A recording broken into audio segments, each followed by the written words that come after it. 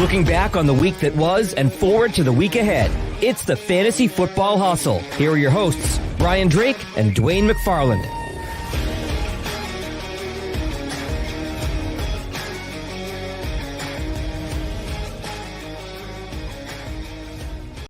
Football Hustle. Welcome to week 7.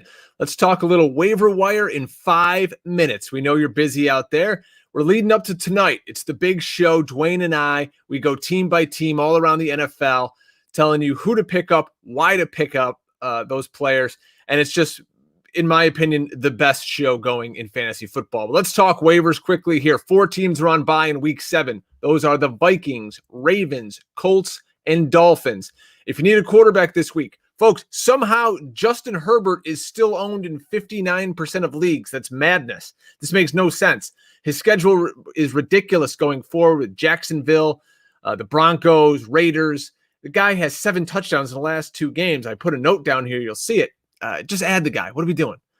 Teddy Bridgewater, he's somebody who might be more available. He's coming off a dud where he didn't throw a touchdown pass on Sunday, but he gets a Saints defense who gives up the second most points to quarterbacks in fantasy. It's a dome game, shootout potential, means Teddy could easily get you 250 and 2 in a pinch. How about my boy Carson Wentz? Receivers are hurt, tight ends hurt, running backs hurt, lines hurt. Guy keeps producing. 20 completions and 2 touchdowns the last 2 weeks. Gets the Giants on Thursday night in a must-win. Going a little deeper, there's Jimmy G. He gets the Patriots this week. Schedule opens up after that. Seahawks, and then Packers, Saints, if you're really hurting at the quarterback position. On to running back. We spoke about this guy a week or so ago. He's coming off a bye week. Justin Jackson, only owned in 50% of Yahoo leagues, but he is the preferred choice in this LA Charger backfield.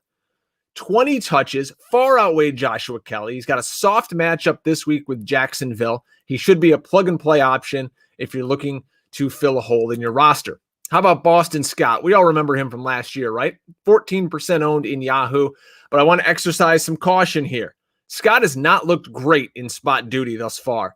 The Eagles' O-line is missing 4 starters, and holes are harder to find than a sober fan in the upper deck at the link.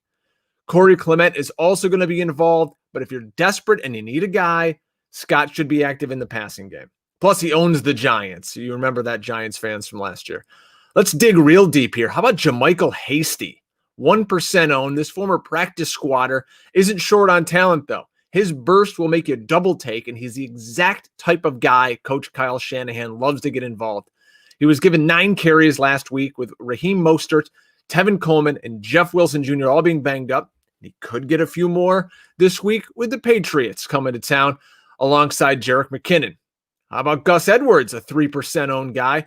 We aren't sure Mark Ingram's status. He aggravated his ankle on Sunday, but Gus the Bus has been very active. He got 14 carries against Philly. Ravens are on bye, so it's just a name to monitor. Let's switch over now to wide receiver. And another guy who shouldn't be on your waiver wire, Travis Fulgham. I don't know why we're talking so many Eagles here. The team's terrible. He's for real, though. 23 targets over his last 2 games. That turned into 16 catches for 227 yards and 2 scores. He's their go-to player. Hell, folks, he's their only player. Add him, start him this week. Tim Patrick, 18% owned. Another guy that popped up last season. Back-to-back 100-yard games, and that'll open a lot of eyes in fantasy. Look no further than Mr. Patrick to fill a hole in your lineup. 15 targets over the last 2 weeks. They're going to be in shootout mode on Sunday against the Chiefs. I like Timmy Patrick coming off the wire. Keelan Cole for the Jags, 29% owned. In a half-point PPR, he has double-digit points in 4 of 6 weeks. That kind of production is valuable in any season, let alone a crazy 2020. He exploded for $143 on Sunday, but beware, there's a lot of mouths to feed in this Jags wide receiver group with Shenault and Chark, so don't expect 100 yards every single week. Moving over to the tight ends. We got a guy on IR and a couple guys on bye that are catching my eye. Dallas Goedert could return soon for the Eagles, where Zach Ertz is going to be on the shelf for 3 to 4 weeks. Goddard, if you remember, had a bad ankle injury, but Ertz looked washed, and Goddard could be a savior if he's on your waiver wire. Trey Burton, Irv Smith, a couple of flashy guys if you have room to stash them. They're on bye this week, but they could pay off in the weeks to come. Let's say you actually need someone in your lineup this week. Let's talk Dalton Schultz from the Cowboys. He's owned in just over 50% of leagues, and he showed a little bit of rapport with Andy Dalton, who, let's be honest, didn't show us much on Monday night, catching 4 of his 5 targets. Folks, that's going to get it done for the waiver wire in 5 minutes. Subscribe to the YouTube channel, please. Leave a comment. Let us know who you're picking up or who you'd like us to talk about on the big show. Follow us on Twitter at FFHustle. I'm at Drake Fantasy. My co-host is at Dwain McFarland. And we'll see you Tuesday night, 9 o'clock Eastern, for the Fantasy Football Hustle. It's the best thing going in fantasy, and we hope that you join us. Hop in the chat room and have a great time with us. I'm Brian Drake. Remember, folks, never get out hustled. We'll see you soon.